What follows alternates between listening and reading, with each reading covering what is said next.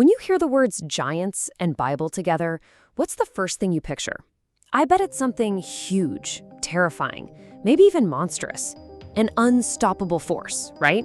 Well, what if I told you that whole picture is basically wrong?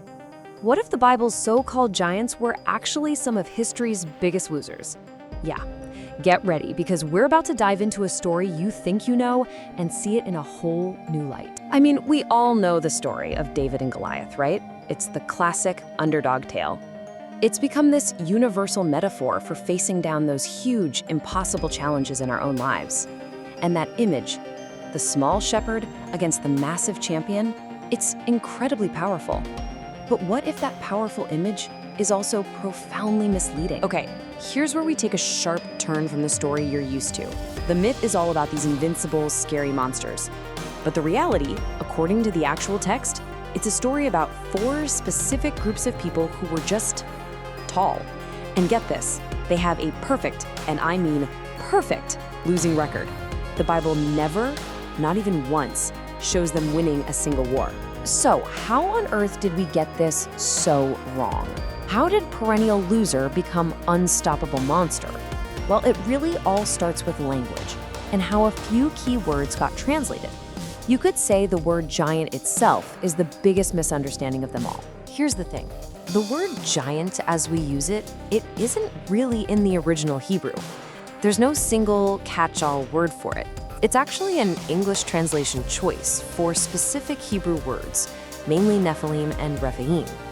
Just that one decision by translators centuries ago set the stage for this entire myth. So, if they weren't mythical monsters, who were they? Well, the Bible is surprisingly specific. It tells us about 4 distinct groups of people known for their height: the Rephaim, the Emim, the Zamzummim, and the Anakim. So let's stop thinking about monsters and start thinking about tribes, because these are the groups we're going to track. All right, let's put it to the test. Let's look at the biblical record. Whenever these tall peoples actually show up in a conflict, what happens? Spoiler alert, it's not a story of domination. It is a consistent, undeniable history of defeat. Our investigation starts at the very beginning. Literally, the first war ever mentioned in the Bible, over in Genesis chapter 14. And guess who's front and center for this big historical debut? 3 of our 4 tall people groups. This is their grand entrance onto the world stage. So this invading king, Chedorlaomer, shows up with his allies. And what happens? First, they roll over the Rephaim, defeated. Then, they take out the Zuzim, which is another name for the Zamzummim, defeated.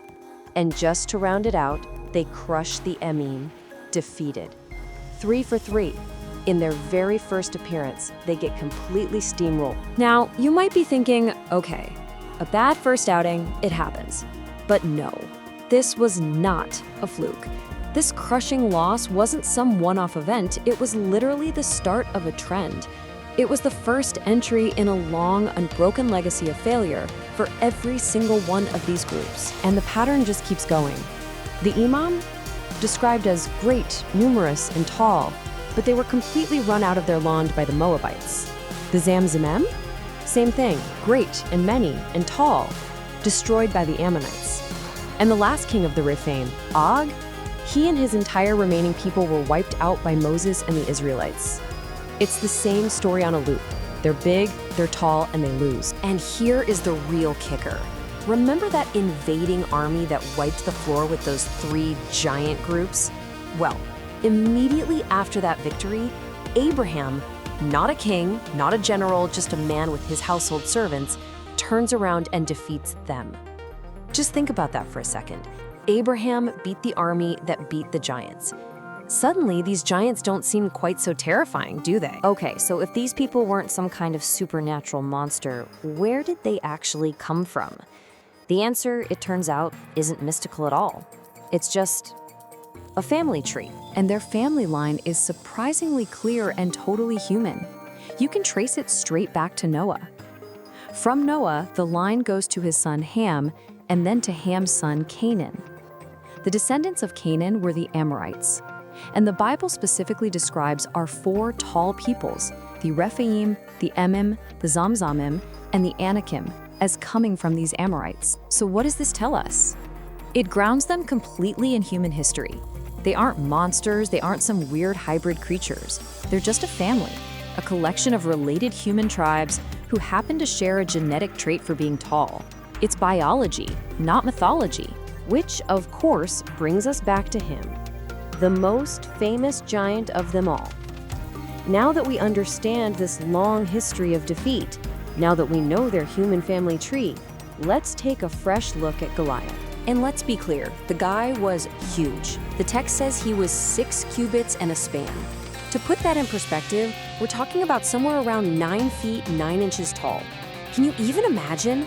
He was an absolute mountain of a man, and he terrified an entire army for 40 days. But here is the crucial piece of context we always miss. Goliath was from a city called Gath. And what was Gath? It was one of the last places the Anakim, one of our tall, defeated tribes, fled to for refuge after they were driven from their homeland.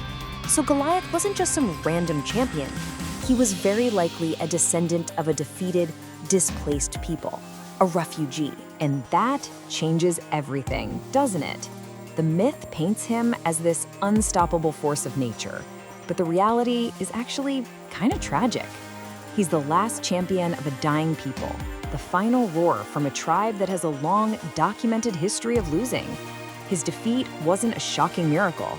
It was the final, predictable chapter in a very sad story.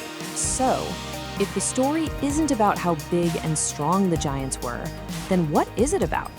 The text keeps pointing us in another direction. It suggests the real opponent was never their physical size. It was something else entirely, something internal. You just have to look at who wins and who loses, and a really clear pattern shows up.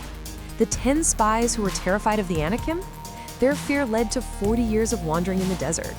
King Saul and his whole army, paralyzed by fear of Goliath? Total standstill. But then you look at Abraham, Moses, David. What did they have in common?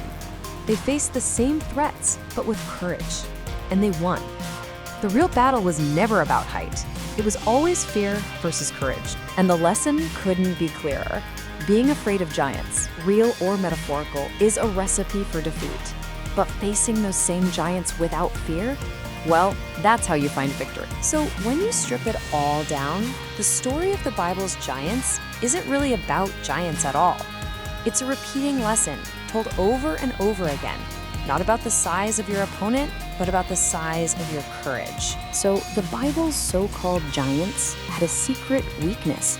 They were perennial losers. Their physical size meant absolutely nothing when they were met with courage, which kind of makes you think, doesn't it?